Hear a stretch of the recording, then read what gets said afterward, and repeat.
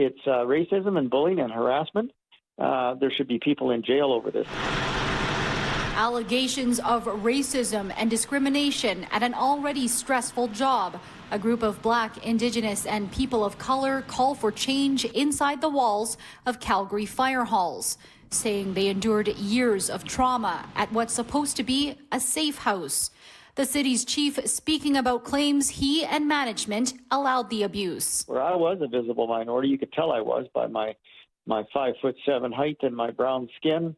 I was told by one of the captains that he had some concerns about my physical safety because I was going into fires as a team leader, nozzle man, and he was afraid that they were talking about leaving me in a fire. Shannon Pennington says racial slurs and discrimination started in fire school and spanned his 26-year career with the Calgary Fire Department. But other BIPOC members had it worse, resulting in some who died by suicide. I phoned Chief Dongworth and he didn't believe me. I interviewed the family. He ended up in the Foothills Hospital on his first experience. He was waterboarded, hung in a hose tower and spun around for 3 hours and let down and had soiled himself. He had to go upstairs and change his clothes. He finished his shift, reported into Foothills Hospital, psychiatric wing. The events are all under investigation. Most of them happened a little while ago. So I don't know that I can answer that. All I can tell you is when I was appointed as chief, my number one commitment was to advance the culture of the Calgary Fire Department. Current and former members penned a letter detailing experiences with 9 calls to action the Firefighters Union says it's committed to.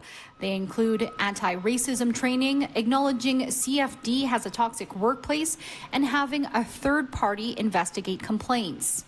Pennington, who spoke about the issue at City Hall in last summer's anti-racism hearings, says Dongworth and management have been ducking the problems for years. We survey our people. We have a council of diverse individuals. We've had that since the time that I've been chief, that we actually go to and say, help us.